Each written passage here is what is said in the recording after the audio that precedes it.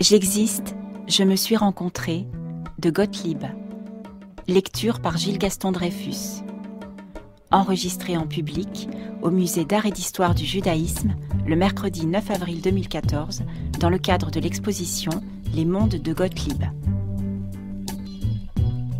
J'existe, je me suis rencontré.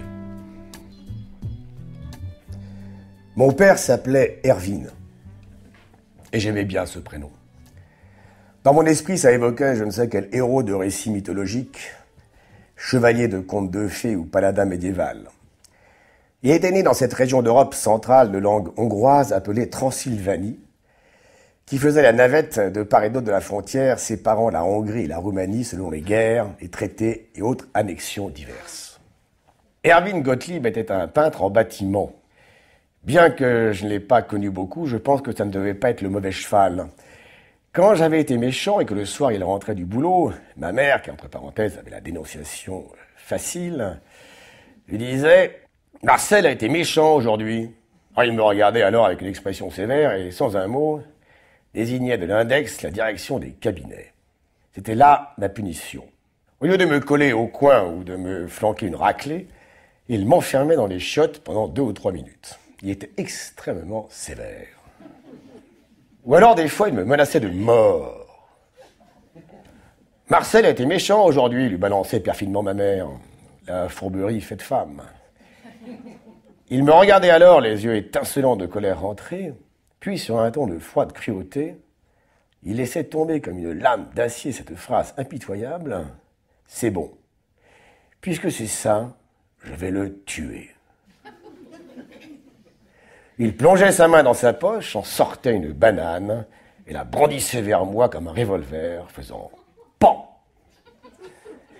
Après quoi, il m'abandonnait l'arme, puisqu'aussi bien m'ayant tué, il n'en avait plus besoin.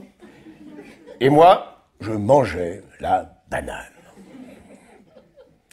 Comme j'avais déjà à l'époque un élégant coup de crayon, il m'arrivait de recouvrir de graffiti les murs de l'appartement. Tagué avant la lettre, peut-être, mais sur du papier peint, ça faisait sale. Aussi, dès le retour de mon père, j'étais immédiatement cafeté. La lâcheté de ma mère n'avait d'égal que sa propension à la délation. Marcel a été méchant aujourd'hui. Regarde les cochonneries sur le mur. Moi, j'étais prêt. Ce serait ou bien l'exil chiotte, ou bien la mort immédiate d'un coup de banane entre les 2 yeux. Mais singulièrement, dans ce cas-là, le père attirait la mère dans un coin et lui glissait quelques mots à l'oreille. Puis, il n'était plus question de rien. Qu'est-ce qu'ils avaient bien pu se dire? Ils avaient pris sûrement à mon encontre une décision encore pire que le cachot ou la mort. Peut-être qu'on allait me coller des cataplasmes synapisés tous les soirs pendant 1 semaine, ou m'administrer de force un lavement chaque matin, que sais-je encore.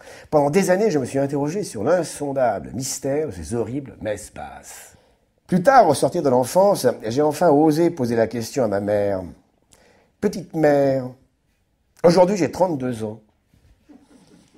Il est grand temps que tu me révèles ce que père te disait quand je dessinais des graffitis au crayon de couleur sur les murs.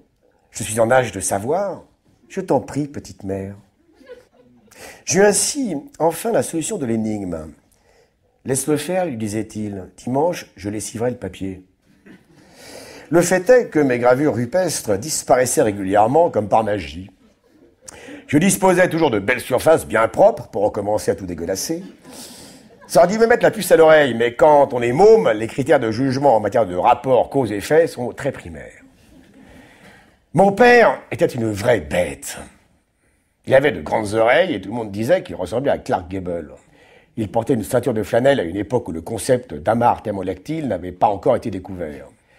J'ai appris plus tard que les ceintures de flanelle présentaient un inconvénient. Il y avait le risque d'accoutumance, et dès qu'on cessait de les porter, on s'exposait au rhume gastro-entérologique. Un genre de drogue textile en quelque sorte. Il vivait dangereusement. J'ai aussi un vague souvenir de vacances à Berck-Plage où je le revois en tenue de bain avec un maillot 1 pièce suspendu aux épaules par des bretelles genre soutien-gorge, comme ceux que portaient les champions de natation dans les années 30. Il était très musclé et mesurait pas loin de 2 mètres. Ma mère m'a dit plus tard qu'il faisait 1m68. Mais ce qui m'impressionnait surtout, c'était les énormes bosses et reliefs arrondis de son entrejambe. Je me disais, Vivement que je sois grand. Quand je serai grand, j'aurai des protubérances et des renflements aussi majestueux. En fait, à l'époque, les maillots de bain étaient en tissu de coton très lâche, moulant les moindres contours de façon plus qu'ostentatoire. Aujourd'hui, avec les textiles synthétiques, toutes ces merveilles sont impitoyablement aplaties, écrasées, et le charme est rompu. Un soir, qu'il y avait des crêpes à dîner, il a demandé à ma mère d'en faire le maximum. Il voulait savoir combien il était capable d'en manger pendant 5 repas. Il s'en est tapé 19, coup sur coup. La suite de quoi, il a fait une hépatite. En ce temps-là, on disait jaunisse. Une autre fois, il a été opéré d'une hernie. Aujourd'hui, on dirait qu'il a attrapé une grosse couille. Un peu inquiet, je me suis renseigné. Ton père a attrapé une hernie en soulevant un camion, m'a dit ma mère, pour me tranquilliser. Je venais juste de lire Superman. Et ça m'a foutu un sacré coup d'apprendre que mon père était capable de soulever un camion. Même si ça lui avait refilé une grosse couille après. Je l'imaginais bras levés, brandissant au-dessus de sa tête un 12 tonnes. Et je me demandais si je pourrais faire ça plus tard, avec un semi-remorque ou un camion-citerne.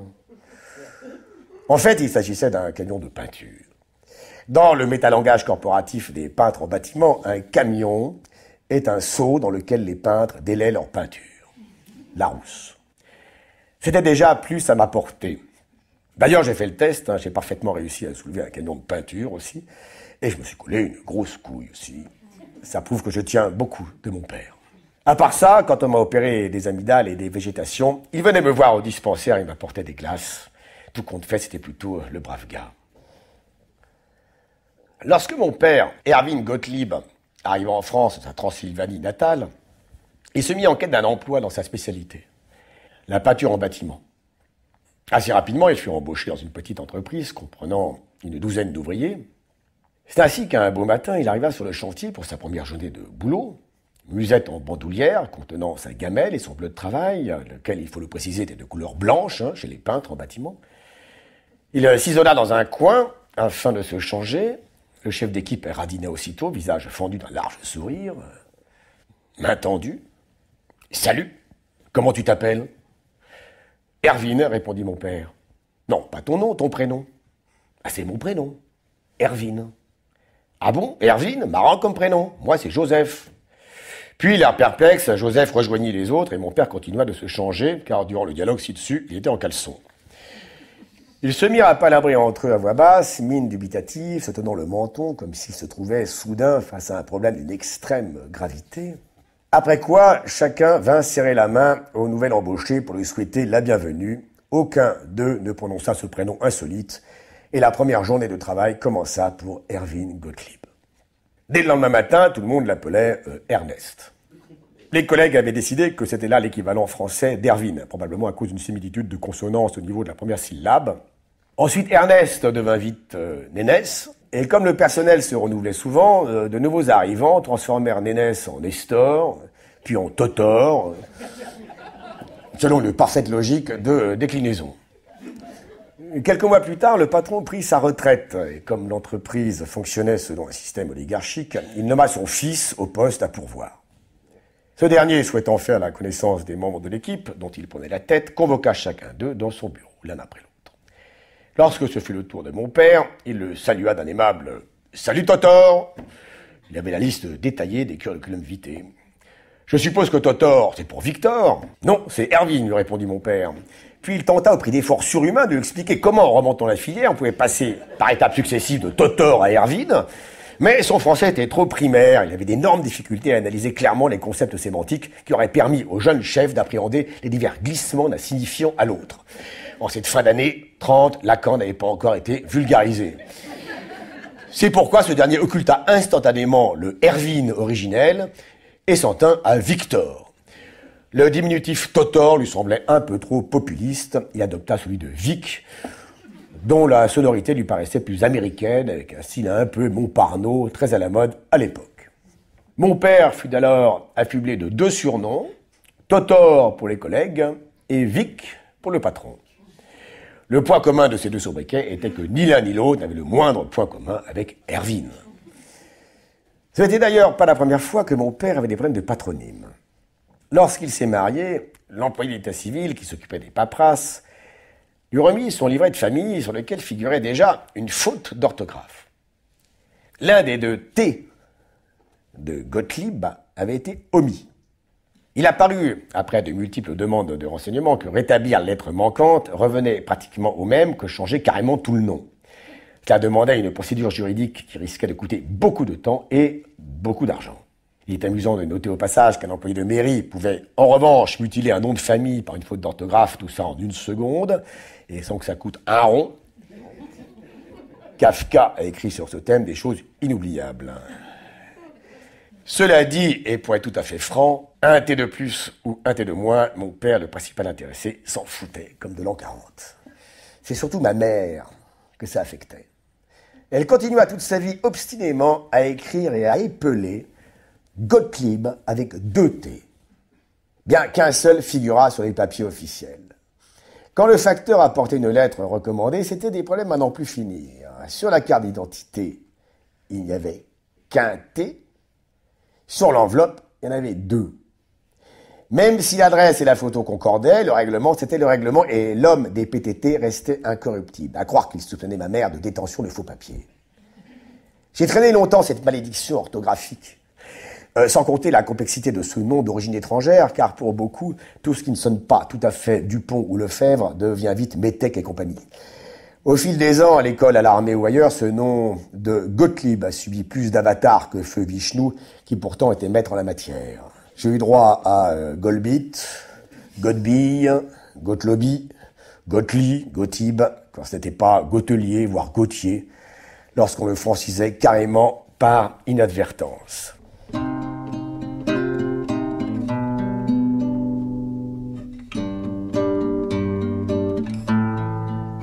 Mon père lisait son journal tous les jours. Un quotidien au titre écrit en lettres gothiques, comme celui du Monde. Je ne me souviens plus du nom. Je le voyais plonger dans la lecture de ces grandes pages grisâtres, rébarbatives, imprimées en tout petit et sans images, et je me disais, il faudra que j'en fasse autant quand je serai grand. Parce qu'un homme, ça doit lire le journal, et ça me déprimait rien que d'y penser. En plus de ça, j'avais honte d'être déprimé, un vrai cercle vicieux. Maintenant que je suis grand, je réalise avec la même honte que je n'ai jamais été foutu de lire le moindre quotidien, quel qu'il soit, de façon régulière. Je vois des copains se balader un canard sous le bras et j'ai honte. Ça prouve que malgré mon grand âge, j'ai au moins conservé quelque chose de la pureté de mon enfance. La honte. Comment pouvait-il lire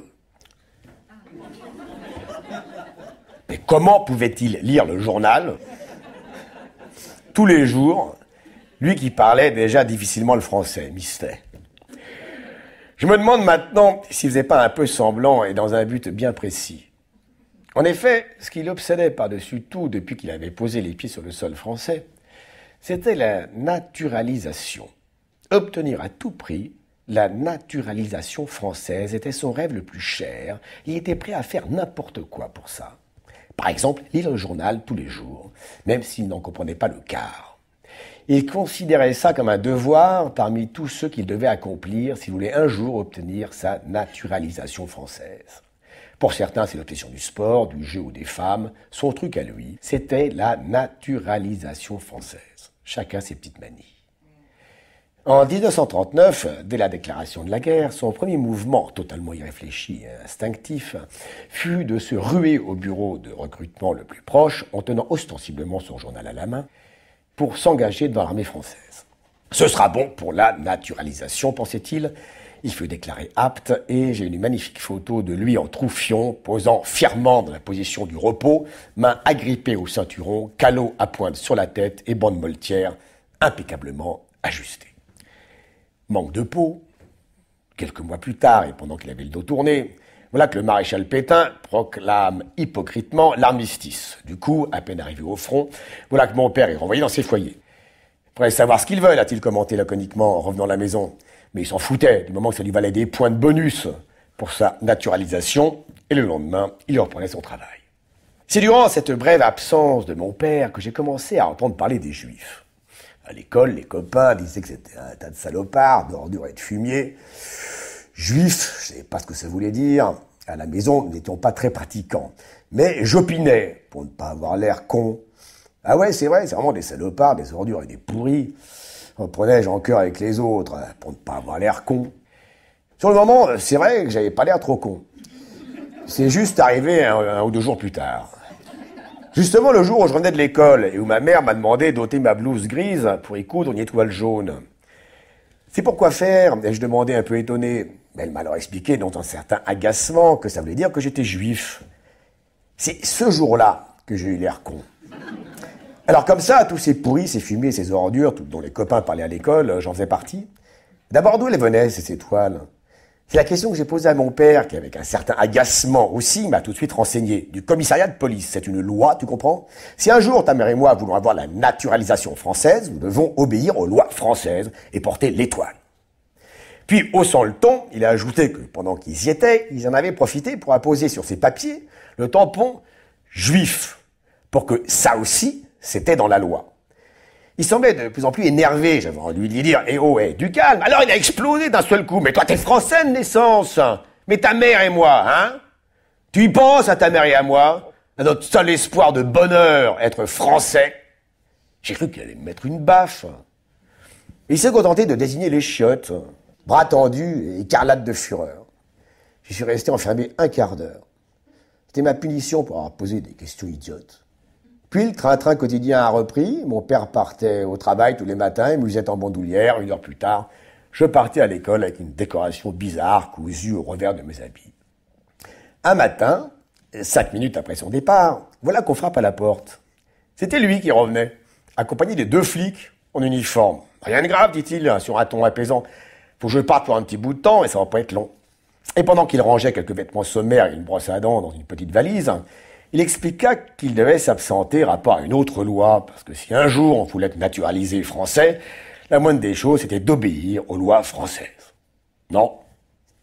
Et vous savez la meilleure, ajouta-t-il. Les agents m'ont presque raté. On s'est croisés dans la cour au moment où il demandait au concierge à quel étage j'habitais.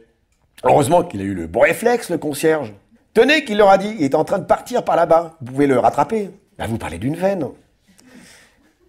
Ben, quand je pense qu'il aurait pu leur répondre, escalier E, 3e étage, porte-face, et les agents ne m'auraient pas trouvé. En fait, il n'avait pas tort. Quand je pense que le brave homme de concierge aurait pu avoir le mauvais réflexe, il leur aurait alors désigné l'escalier, l'étage et la porte, et les flics le rataient.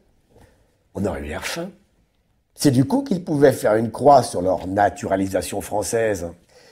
C'était quand même un brave concierge qu'on avait là, avec de très bons réflexes. Mon père nous a embrassés et puis il s'en est allé accompagné de 2 représentants de la loi.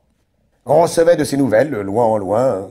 Pacon, il avait trouvé pour nous écrire un truc astucieux, qu'il avait mis au point avec une voisine complaisante, Stella.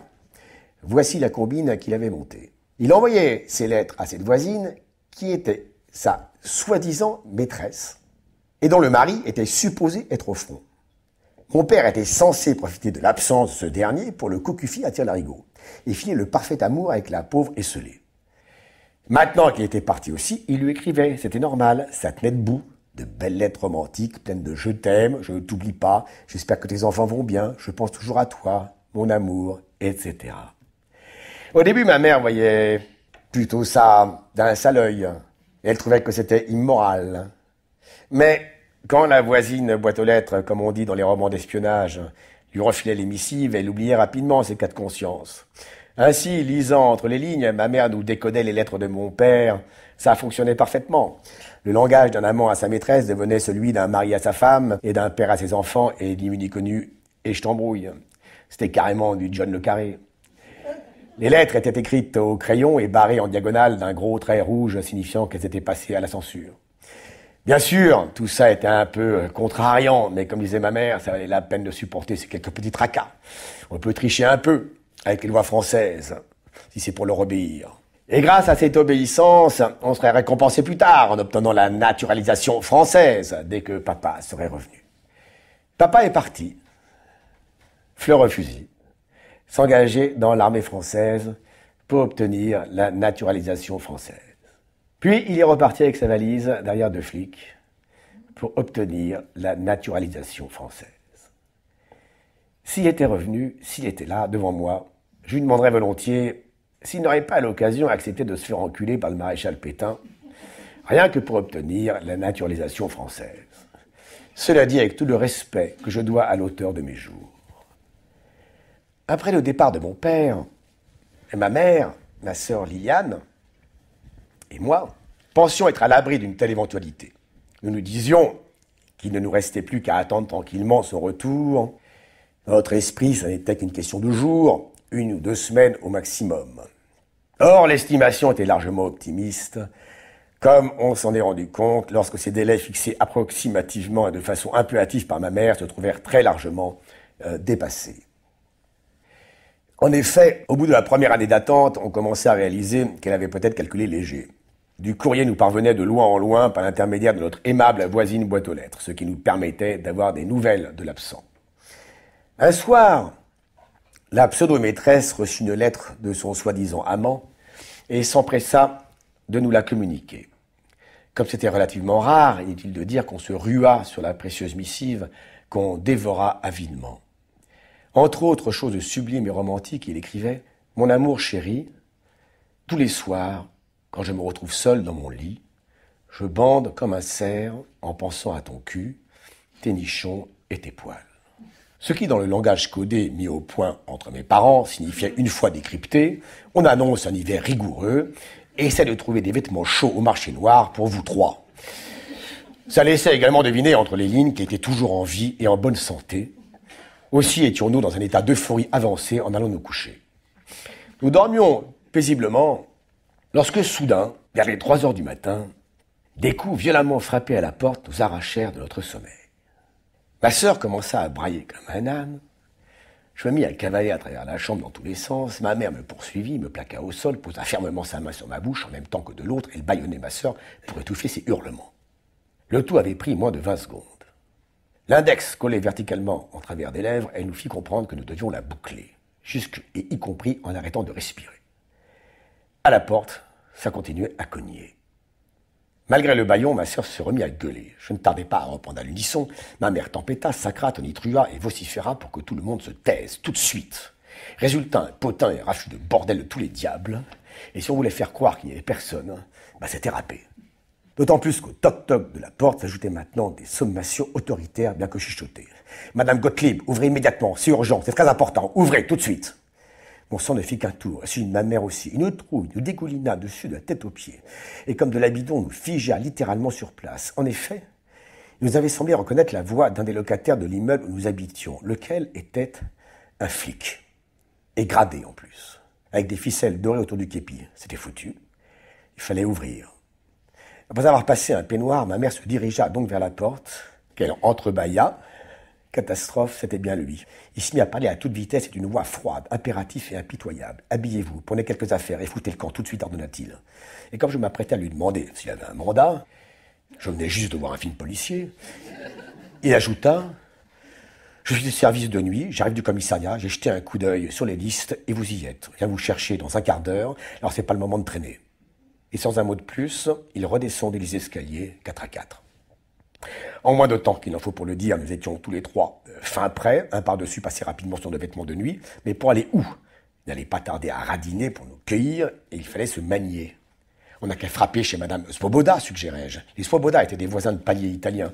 Chez eux, on n'en skiait pas grand-chose. Encore faut-il avoir le culot d'aller réveiller des voisins à 3 heures du matin. C'est quand même un peu cavalier, mais à situation exceptionnelle, solution exceptionnelle. Et tant pis pour les bonnes manières. À pas de loup, nous franchîmes les 6 mètres qui menaient de notre porte à la leur et frappâmes le plus discrètement possible, souhaitant que les coups seraient suffisamment en intensité pour être entendus. La porte s'ouvrit instantanément et Madame Swoboda apparut dans l'entrebâillement. Elle était habillée de pied en cap, on aurait juré qu'il nous attendait. Et en fait, c'était exactement le cas. Comme on l'a constaté par la suite, sans un mot, avec un sourire affable, elle nous fit signe d'entrer vite et referma rapidement derrière nous. Au rez-de-chaussée, on entendait déjà des bruits, des bottes entamant l'ascension des escaliers. Nous étions figés dans l'entrée, écoutant et retenant nos respirations. Madame Swoboda avait l'oreille collée à la porte. Nous entendîmes distinctement, et comment faire autrement, il gueulait au point de réveiller tout l'immeuble. « Ouvrez, au nom de la loi !» prononcé avec un fort accent teuton, ainsi que le bruit de violents coups de poing assonnés contre le bois. Cela dura une bonne minute. Puis le vacarme cessa, il y eut des bruits de conversation en langue allemande, après quoi ce qui semblait être un groupe de 4 ou 5 militaires redescendit, les marches avec fracas et le calme revint. On peut dire que vous avez eu chaud, constata Madame Swoboda. Entrez dans la salle à manger. En marchant sur la pointe des pieds le long du corridor, ma mère se lança dans une série de remerciements et d'excuses chuchotées pour avoir osé déranger ainsi en pleine nuit. Mais comme on ne savait pas où aller, alors vous comprenez, alors on s'est dit alors. Et arrivé au bout du couloir, nous débouchâmes dans la salle à manger et on serait cru dans le métro à l'heure de pointe. Il y avait là une bonne vingtaine de personnes serrées comme des sardines, des vieux, des femmes et des enfants. Je reconnus à peu près tout le monde. Ils habitaient notre immeuble et le flic gradé, dont j'ai oublié le nom, les avait tous également prévenus. La rafle de la Gestapo n'a pas dû être très fructueuse cette nuit-là dans notre immeuble.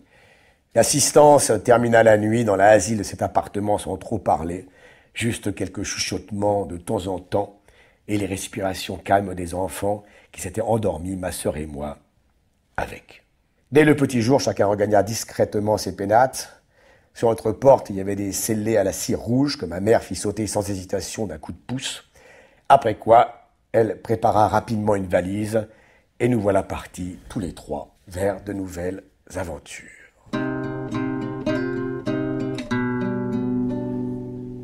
L'Eure, région sauvage et barbare, de Basse-Normandie, aux confins de laquelle on rejoint après 2 heures d'un voyage épuisant à dos de chameau SNCF, l'oasis verdoyante de Verneuil-sur-Avre.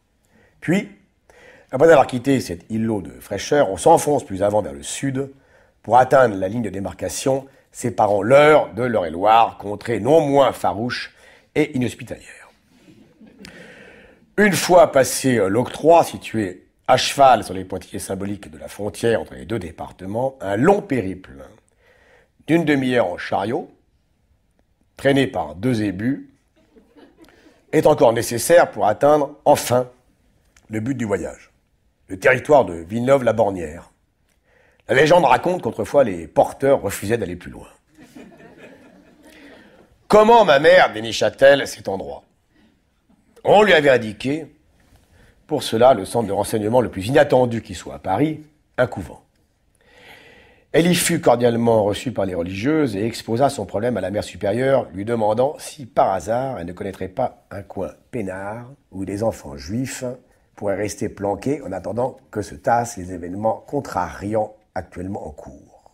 Il se trouvait que ce lieu saint était également un haut lieu de la résistance dans la clandestinité. Ils n'ont pas fait que dépanner Paul Touvier, faut pas croire.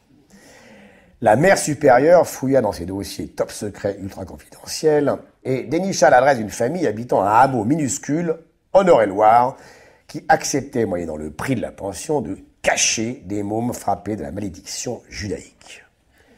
Topons là.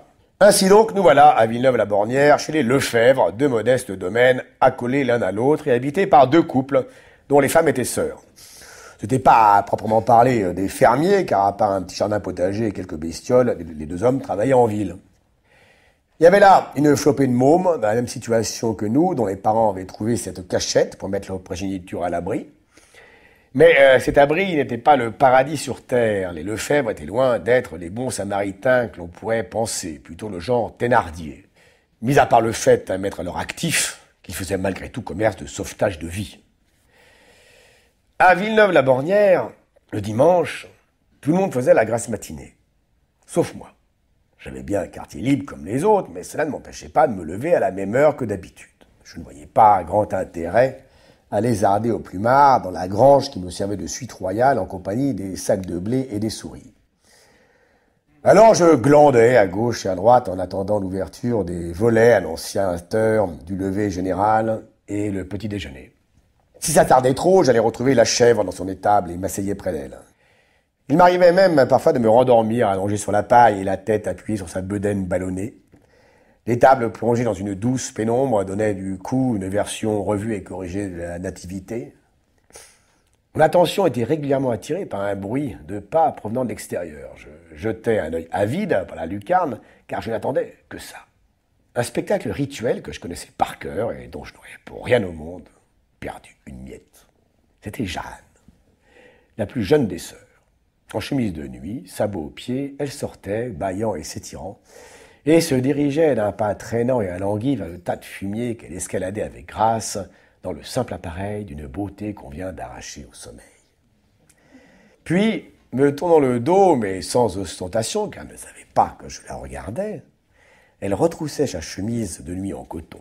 Ses gestes lents et majestueux évoquaient ceux d'une princesse égyptienne, tenant délicatement entre le pouce et l'index, petit doigt levé, son long voile tissé de riches étoffes et broderies aux motifs chatoyants.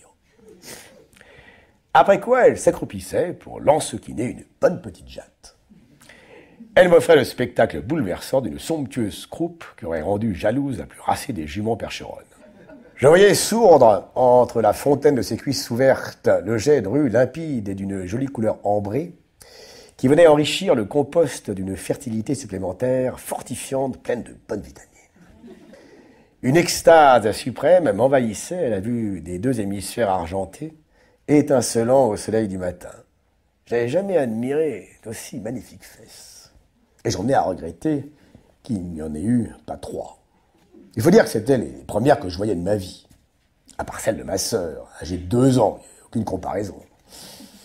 En un mot comme en mille, l'espace d'un instant, c'est tout à la fois le lait, le miel, l'hydromel et l'ambroisie ruisselant de quelque source divine et arrosant la grandiose prairie de l'Olympe que je contemplais. Et non Jeanne, en train de pisser sur le tas de fumier auprès de la mare au canard. Après quoi, elle rabaissait sa chemise, l'air de dire « c'est tout pour aujourd'hui », mission accomplie. Elle se relevait et regagnait ses pénates, me laissant seul avec mon regret que je tenais dans ma poche d'une main fébrile. Mais les choses n'en restaient pas là. Soulagée de son pressant besoin, Jeanne se recouchait auprès de son mari pour un petit rab de grasse matinée dominicale. Leur lit se trouvait dans une alcôve, jouxtant la pièce où j'étais entré et séparé d'elle par un rideau qui n'était jamais fermé. En attendant mon bol d'ersatz de café au lait, je m'asseyais par terre dans un coin, de préférence le plus loin possible du lit, où le couple était généralement saisi d'un petit goût de revenez-y dominical, lui aussi. On a beau n'avoir que 8 ou 9 ans et ne rien savoir encore des choses de la vie, il y a des indices qui ne trompent même pas ceux qui ne les connaissent pas. Certains gloussements et petits rires accompagnés de soupirs, gênements, ahannements et autres grincements de ressorts attiraient irrésistiblement mon regard comme un aimant. Je louchais vers l'obscurité de l'alcôve, alors même que le ciel m'en soit témoin. Seuls les motifs toiles de Jouy du papier peint mural étaient censés m'intéresser. Mes joues brûlaient d'une fiévreuse émotion en dessous de la ceinture. Hélas, hélas, 3 fois merde. C'est malheureusement toujours à ce moment-là que la porte s'ouvrait d'un seul coup.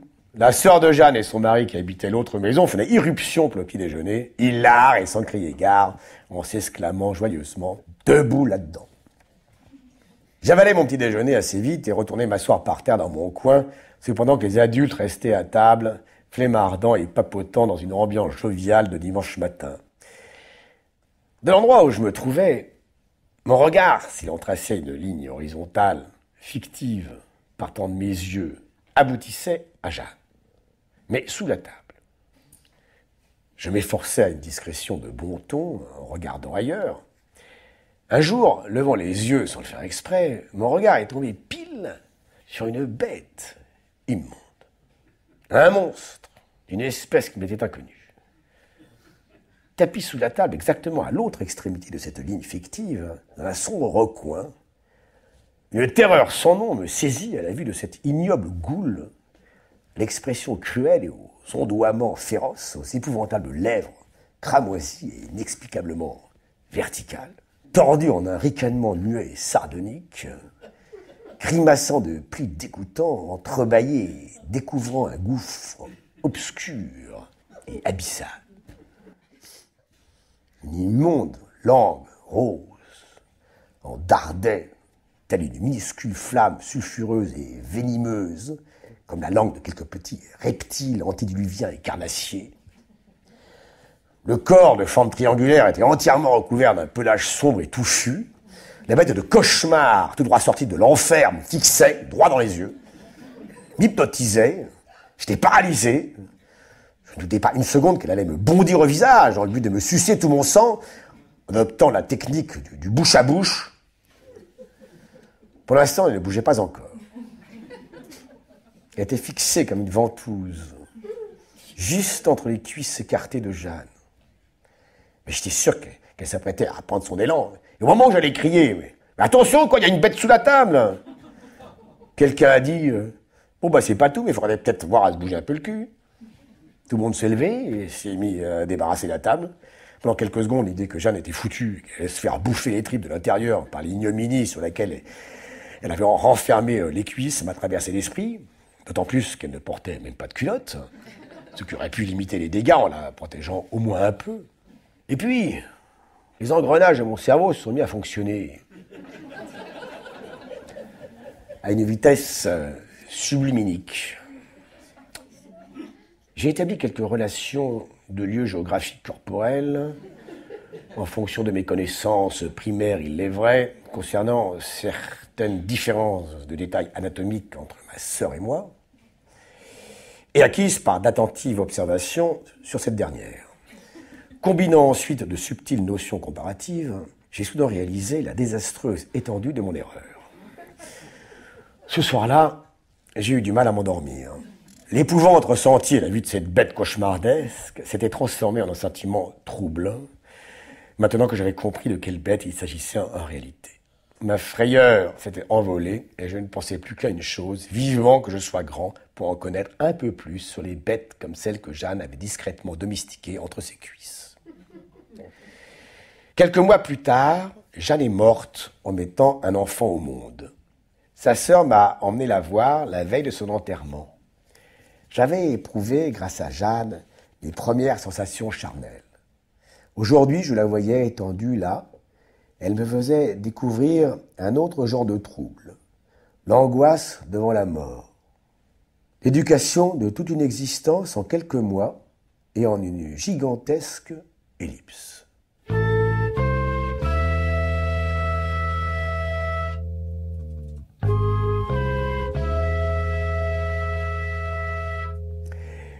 Sur la butte Montmartre, versant Clignancourt, le côté prolo en plein triangle bermudien, Marcadet Poissonnier, Jules Geoffrin, Château Rouge, toutes les rues montent ou descendent. Même les deux à la fois, des fois. Si ça arrive. Par exemple, quand on marche vers le haut et qu'on fait demi-tour, on se retrouve en train de marcher vers le bas. Phénomène typiquement Montmartrois. L'une de ces rues est la rue Ramet. On frappe à la porte. Ma mère ouvre, à peine, ne laissant qu'un léger entrebâillement. Les événements des dernières années l'ont rendue un peu méfiante. Sur le palier, l'air embarrassé, se tient un petit monsieur, légèrement bedonnant, au crâne dégarni. Ses mains crispées, aux doigts boudinés, triturent un bout d'étoffe noire qui a dû être un béret autrefois. Il ne dit pas un mot, se contentant d'arborer un sourire un peu niais. Ma mère rompt le silence gênant par un « oui » poli. Le petit monsieur, extrêmement courtois, pose alors cette question pour le moins inattendue. « Bonjour madame, excusez-moi, est-ce que monsieur Gottlieb est là ?» L'espace d'un instant, j'ai failli demander du fond de la salle à manger si c'était pour la caméra invisible, mais l'émission n'existait pas encore. L'espace d'un instant, j'ai cru que ma mère allait lui hurler au visage que M. Gottlieb n'était pas là depuis près de 3 ans déjà. L'espace d'un instant, j'ai cru que ma mère allait lui faire débouler les escaliers à l'envers du 3e au rez-de-chaussée d'un direct au menton. Tout ça, l'espace d'un instant. Mais rien. Que dalle. Elle s'est contentée de le faire entrer, lui a désigné une chaise et d'un signe de tête lui a fait comprendre qu'elle attendait des explications. Le tout sans un mot, et pour cause. Elle ne pouvait tout simplement pas articuler le moindre son. Mal à l'aise, M. Blumenfeld, c'était son nom, nous a raconté l'histoire. Mon père et lui avaient fait connaissance dans un camp de Haute-Silésie. Et puis un jour, ils ont été séparés et transférés chacun dans un camp différent, l'un vers Auschwitz, l'autre vers Buchenwald. Avant de se quitter, ils sont conduits d'un rendez-vous. Comme ça, en claquant du doigt et presque en manière de farce. Un rendez-vous totalement abracadabrant. Mon père a proposé de façon arbitraire à son copain « Tiens, tu viens dîner à la maison, dans 1 an et demi, tel jour, telle heure. » Le temps imparti étant écoulé, nous étions aujourd'hui même, 1 an et demi plus tard, au jour et à l'heure dit. Le pote à papa arrivait pile à l'heure au rencard. Seulement, il y avait un hic, mon père lui avait posé un lapin. Ma mère a gardé M. Blumenfeld à dîner. Au début du repas, l'ambiance était un peu fraîche. L'invité n'osait pas aborder les sujets délicats et tenait des propos anodins à base de pluie et de beau temps, tout en arborant un sourire béat et figé. Ma mère souhaitait parler de son mari, mais n'y arrivait pas. Il y avait de grands blancs dans la conversation. Par ailleurs, notre invité, d'une timidité maladive, ponctuait chacune de ses courtes phrases d'une sorte de bruit, tenant à la fois d'un raclement de gorge et d'un rire très bref. Après quoi, elle fixait ses chaussures un long moment, tout en continuant à sourire, l'air idiot. Impossible de savoir s'il se sentait à l'aise ou pas. Il peut encore revenir, a-t-il dit à un moment donné. Puis, réalisant la connotation pessimiste de ces mots, il a émis un gargouillis qui se voulait rigolard, comme pour désamorcer sa maladresse, ce qui n'a fait que l'enfoncer davantage. Comme s'il se faisait tard, ma mère nous a envoyés au lit, ma sœur et moi, car il y avait école le lendemain. De la chambre, je continuais à écouter la conversation, distillant un ennui mortel avec ses silences interminables, les raclements de gorge mêlés au bref ricanement de M. Blumenfeld et les paroles banales de ma mère entrecoupées de reniflements. Celle-ci a dû se rendre compte qu'il n'avait pas encore parlé de lui depuis son arrivée, car elle l'a interrogé à son sujet. Alors j'ai tendu l'oreille. Il avait une femme et 2 enfants qui avaient tous été embarqués pour Treblinka. Vous voyez, a-t-il ajouté, je suis comme vous, j'attends. Remarque judicieuse, suivie de l'habituel ricanement graillonnant. J'ai craint à un moment qu'il sorte un bon mot du genre « nous sommes tous les deux veufs et veuves en puissance ». Mais bon, il n'est pas allé jusque-là. Les temps morts du dialogue devenaient de plus en plus longs. Je me disais que la soirée était finie, mais que ni l'un ni l'autre ne savait comment lever le siège. C'est ma mère qui a pris l'initiative, prétextant qu'elle aussi devait se lever tôt le lendemain. Il a remis son par-dessus et a encore passé un long moment à piétiner dans la salle à manger et à émettre des bruits de gorge. Puis, j'imagine qu'il a dû prendre son courage à 2 mains pour ça. Il a demandé s'il pouvait revenir de temps en temps pour prendre des nouvelles. Proposition faite d'une voix gauche et acceptée du bout des lèvres par ma mère. Lorsqu'elle eut refermé la porte après son départ, je me suis retourné sur le côté pour faire celui qui dormait à poing fermé. Ma mère s'est couchée et a dû mettre un certain temps avant de s'endormir. En fait, elle a pleuré une bonne demi-heure. Monsieur Blumenfeld est revenu une semaine plus tard. Il apportait des bonbons pour nous et un bouquet de fleurs pour ma mère. La semaine suivante, il voulait nous inviter au restaurant, mais comme il n'avait pas prévenu et que le dîner était prêt, il est resté. Et petit à petit, l'habitude s'est installée, il venait à la maison au moins 1 fois par semaine, il apportait toujours quelque chose, friandises, gâteaux ou autre babiole.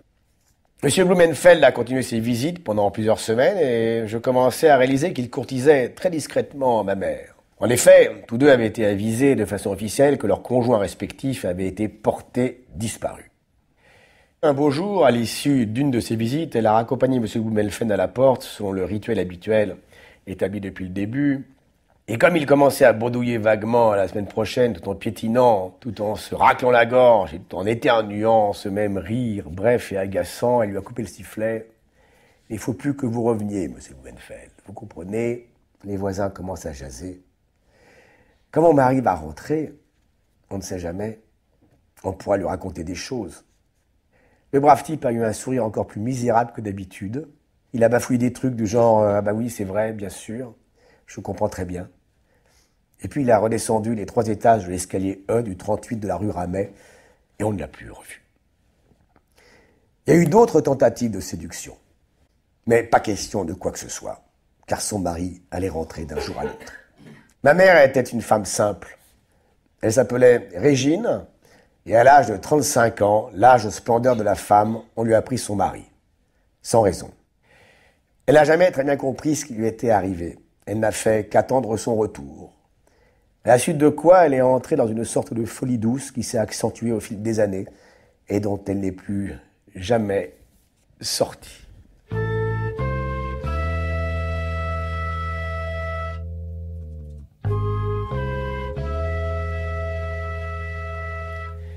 Au mois de juillet 1947, ma sœur et moi sommes arrivés au château des Groux pour y passer les vacances d'été. On disait à l'époque les grandes vacances. La dénomination de château est un peu prétentieuse pour ce petit manoir de style rococo, entouré tout de même d'un grand parc et situé à une 20aine de kilomètres de Paris, à Verneuil-sur-Seine. Le château des Groux, qu'on appelait plus simplement les Groux, était un orphelinat.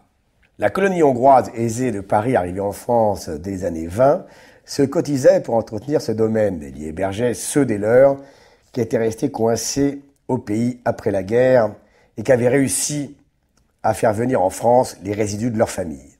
En l'occurrence, les mômes qui, par miracle, avaient échappé au train de marchandises en partance vers des lieux de villégiature moins conviviaux.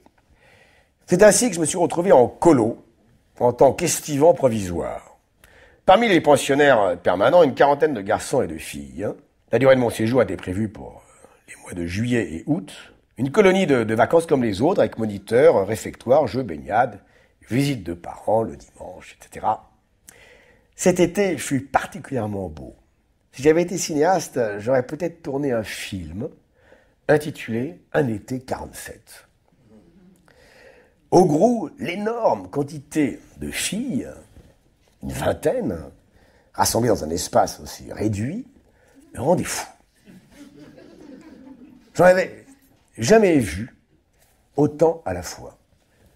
Elles étaient là, à ma portée, et j'étais totalement impuissant à établir un contact quelconque, ne serait-ce que pour parler de la pluie ou du beau temps, avec la moindre d'entre elles. Pourtant, dès qu'une chose coiffée de 2 nattes, portant une jupe, 2 soquettes blanches et des ballerines aux pieds passait à ma portée, je tombais amoureux fou. Malheureusement, il n'y avait que moi à être au courant de la situation, et les choses en restaient généralement là. Toutes mes ardentes explosions, loin de s'achever en bouquet final, faisaient long feu. Ces jaillissements, bouillonnants comme des laves incandescentes d'amour, n'inondaient que la carte du tendre de mes émotions refoulées. C'est pourquoi je fus extrêmement intrigué le jour où mon attention se porta sur Clara, et que je ne ressentis aucune de ces brûlantes sensations habituelles. Pas de passion dévorante, pas d'adoration bouillonnante, pas de folle dévotion. Clara était pourtant comme les autres, peut-être même plus jolie comme les autres. Un joli petit visage rose, un joli rire mélodieux, de jolis grands yeux bleus, de jolies nattes blondes, une jolie jupe et de jolies soquettes dépassant de ces jolies ballerines, bref, tout de joli, rien acheté, que du solide, un vrai meuble signé Lévitan, garanti pour longtemps, pièce, main d'œuvre. Et c'était la seule de tout le harem dont je n'étais pas amoureux. Clara, il est vrai, n'avait que 11 ans. C'est peut-être un peu jeune pour un type comme moi, pour une solide expérience dans le domaine des expériences amoureuses. Quand bien même celle-ci n'aboutissait jamais. C'est du moins ce que je me disais en me posant cette question. D'où venait donc le fait que j'étais perpétuellement épris de l'humanité non mâle dans sa totalité, sauf de Clara? Il y avait là quelque chose d'énigmatique dans la mesure où je lui témoignais malgré tout de l'intérêt, mais un intérêt d'une nature autre que celui porté au reste de la gente féminine. Quelque chose de différent, de plus subtil, une sensation nouvelle, une sorte d'émotion douce et calme, jamais ressentie auparavant. Et puis, je lui parlais à Clara, et elle me parlait. Nous parlions, et je demande ce qu'on pouvait bien se raconter, mais le fait est qu'on parlait d'un tas de choses, en se baladant côte à côte dans le parc, et toujours cette mystérieuse et délicate sensation qui zigzaguait comme un petit animal au doux pelage à travers tout mon corps, de haut en bas, de gauche à droite, des cheveux aux orteils, de la tête aux pieds, des lobes cérébraux au plexus solaire. Je pense que sans m'en rendre compte, je me sentais bien avec elle. Parce que Clara et moi étions noyés au sein de la population et non plus seuls à l'occasion d'un jeu de groupe, d'un colloque quelconque portant sur un verset de la Torah, ou au réfectoire, nous nous livrions à une sorte de jeu discret. Éloignés l'un de l'autre, chacun à une extrémité du diamètre du cercle, aucun membre de l'assemblée ne se rendait compte qu'on se regardait dans les yeux. Nous étions 2 lardons, à peine sortis du berceau. On nous aurait appuyé sur le nez qui en serait sorti du lait. Et puis voilà, la chose, nous étions comme les enfants de Prévert. À 13 ans, j'avais toute la vie devant moi, et pas de quoi faire un plat de celle que j'avais derrière, et malgré tout ça, la douleur morale, paradoxalement, m'avait épargné. Je n'avais jamais vraiment beaucoup souffert. La disparition de mon père, je n'avais pas vécu comme un immense malheur. J'étais trop jeune. Simplement, ce coup, une sorte de manque, dont il est sûrement resté quelques séquelles enfouies quelque part, mais qui ne me gênait pas plus que ça, comme un petit tas de fumée discrètement dissimulé, je ne sais où dans ma tête, sur ce compost insignifiant. Mais une petite lumière s'est mise un jour à clignoter, pour la première fois de ma vie, et j'ai appelé Clara. Je croyais aimer toutes les filles du monde qui me passaient devant le nez, sauf Clara, et c'était exactement le contraire qui m'arrivait. Avec le temps qui passait, les espoirs de retour de mon père allaient s'amenuisant.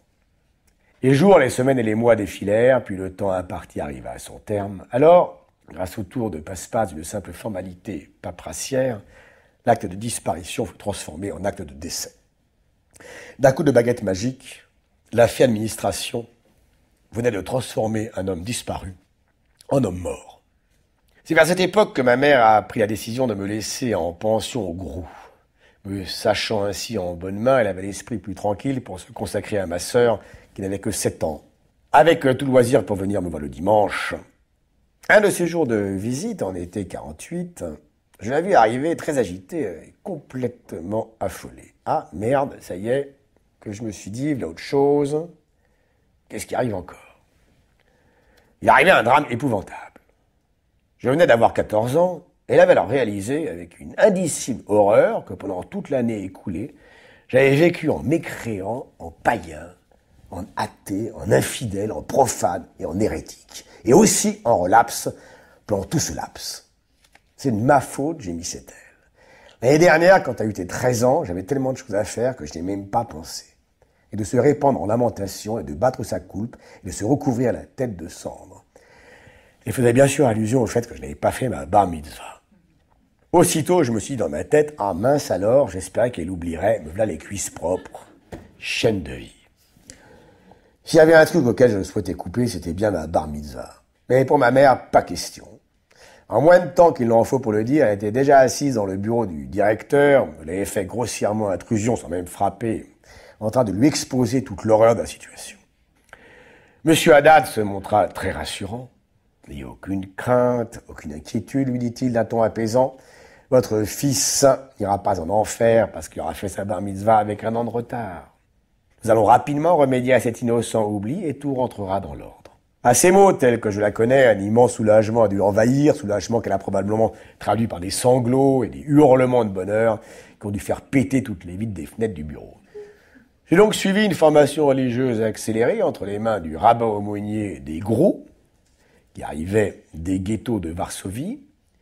Il ne devait pas être si bon que ça d'ailleurs, sinon on l'aurait nommé en poste dans une synagogue. C'est comme à la médecine du travail, on refile le job au toubib bas de gamme. Mais c'était un homme de foi, vertueux, plein de sagesse et de bonté, c'est le principal, malgré une haleine un peu fétide, péché véniel. Toutefois, sans vouloir en dire du mal, le ciel m'en est témoin, je soupçonnais quand même d'être un peu stupide. Mais j'ai jamais eu la preuve sur le terrain de cet amusant trait de caractère, car il ne parlait pas un mot de français. C'est ce qui m'a fait douter de ses facultés. C'est lorsque j'ai appris, par traduction interposée, son exigence. Avant d'entamer le b.a.-ba d'un quelconque enseignement religieux, il fallait que je sois soumis, toute affaire cessante, à une circoncision en bonne et due forme. Même pas la peine de discuter. Or, circoncis, je l'étais déjà, ne serait-ce que du simple fait de ma présence en ce lieu. Et il faut savoir que même chez les croyants les plus intransigeants, il est très rare qu'on procède à une double circoncision.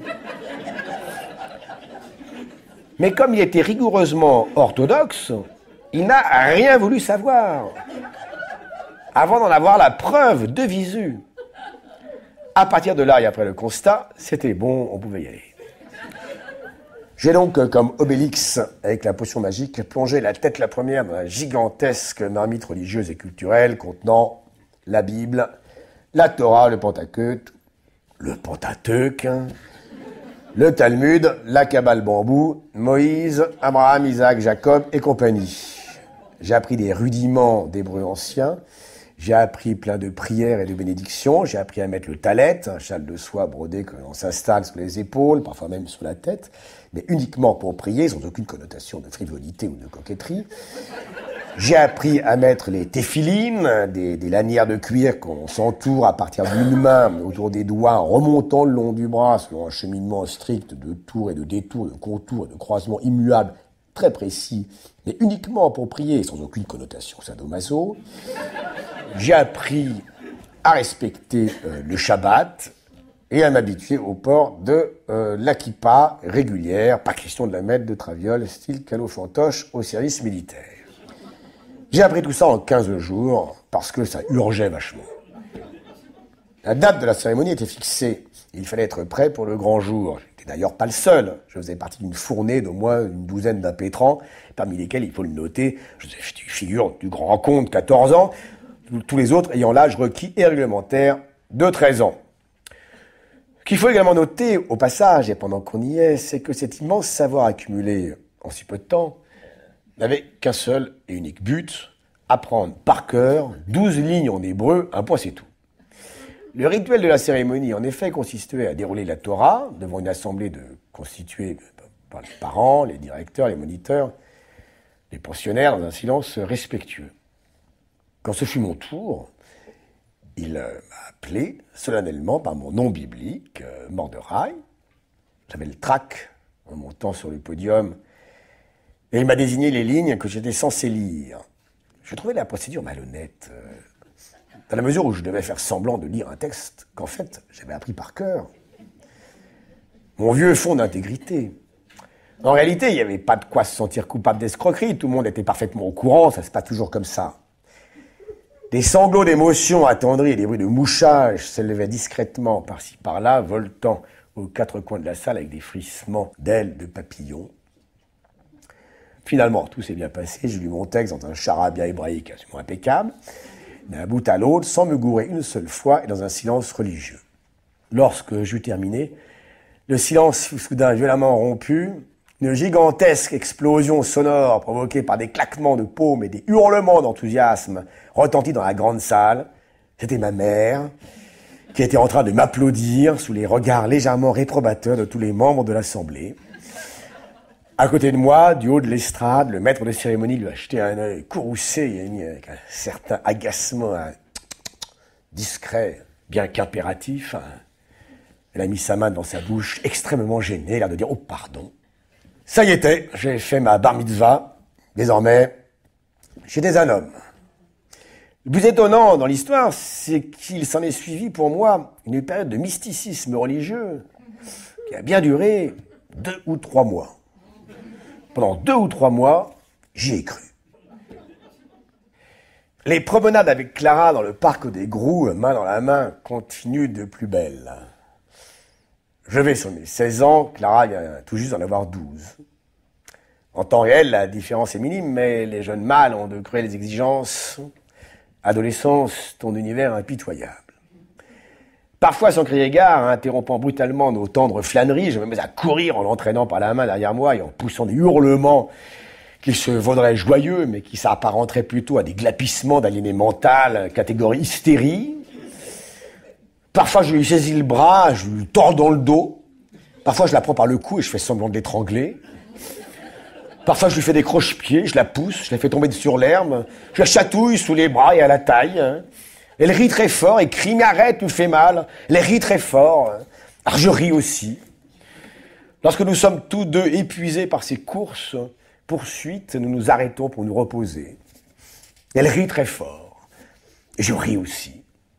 Elle s'adosse contre un arbre pour reprendre son souffle. Elle rit très fort et je ris aussi. C'est bien simple, elle n'arrête pas de rire très fort et puis je n'arrête pas de rire aussi. Mais nos jeux innocents, nos simulacres de bataille deviennent troubles, suspects et douteux. Il y a de l'eau dans le gaz. Mon rire n'est plus le même, il se fait fébrile, nerveux. C'est maintenant un rire presque forcé. J'appuie mes 2 mains de part et d'autre de sa tête contre le tronc de l'arbre où elle est adossée. Je la regarde bien en face sans savoir quoi faire. Par tout hasard, je louche pour faire l'idiot. Puis je fais mine de lui mordre le nez. Puis je me sens agressif, je la saisis par les épaules, je la secoue comme un prunier. J'ai des envies furieuses ainsi qu'un gros embarras. J'ignore totalement la nature exacte de ses envies. Lui coller un grand coup de boule, une grande claque, la flanquer par terre, la rouer de coups de pied. Comme je suis loin d'être sot, il ne me faut pas longtemps pour saisir toute l'ampleur du désastre. Une fois de plus, le verre s'est introduit dans le fruit à mon insu. Une sève bouillonnante, annonciatrice d'éruptions gigantesques, remplit mes artères de ses grondements puissants. Voici venu le temps où Mère Nature manifeste ses exigences. Voici venu le temps où les plantes vivaces font exploser leurs cosses pour s'élever vers le zénith. Voici venir le temps du grand Ruth païen. Descendu de l'Olympe, le dieu Pan m'a mordu. Son venin coule dans mes veines comme dans les canalisations de quelque égout nauséabond. Vadérétro, Dionysos, Cyclope, Vulcain, Titan et Prométhée déchaîné. Laissez-moi en paix. Clara, en ce qui la concerne, fait joujou comme par le passé. Pour elle, il n'y a rien de changé. Moi, je n'ai plus tellement envie de faire joujou.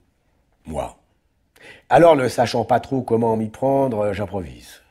À tout hasard, j'approche mon visage du sien de plus en plus près et en fermant les yeux, comme j'ai vu faire Errol Flynn au cinéma dans Robin des Bois.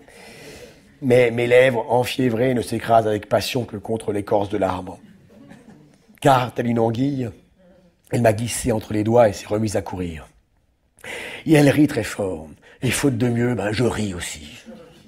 Rien de méchant dans tout ça, d'ailleurs. Tout simplement, la pauvrette a encore des appétits d'oiseau, tandis que moi, me voilà un homme, déjà. Je me lance alors à sa poursuite pour lui plonger dans les jambes et la plaquer au sol.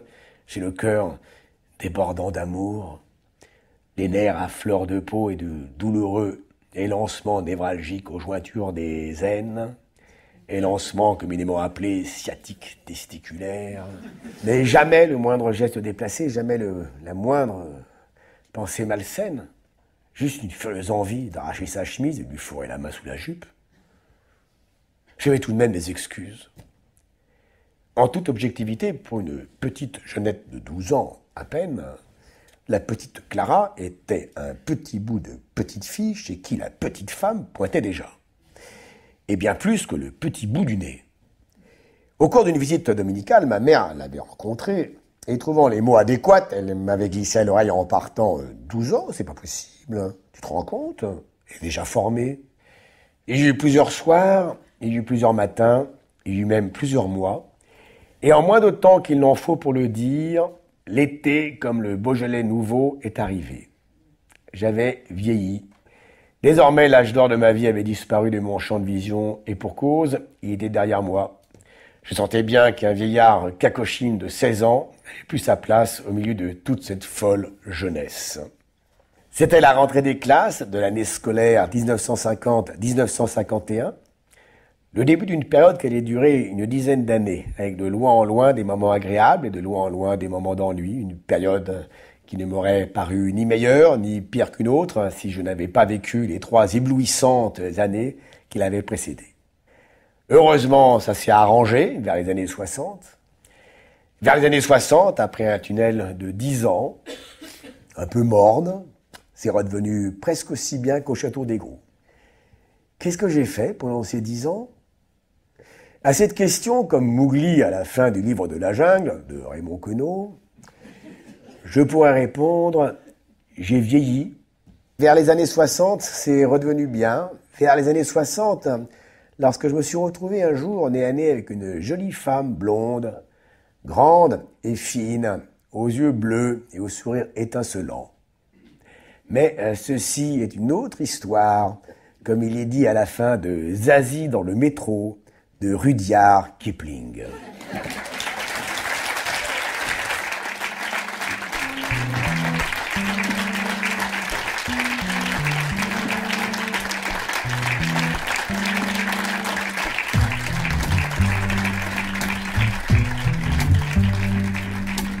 C'était « J'existe, je me suis rencontré » de Gottlieb. Lecture par Gilles Gaston Dreyfus. Enregistré en public au Musée d'Art et d'Histoire du Judaïsme le mercredi 9 avril 2014 dans le cadre de l'exposition Les mondes de Gottlieb. Prise de son, Christophe Michou et Loïc Duros. Réalisation, Vincent Abouchard. J'existe, je me suis rencontré de Gottlieb est publié chez Dargaud.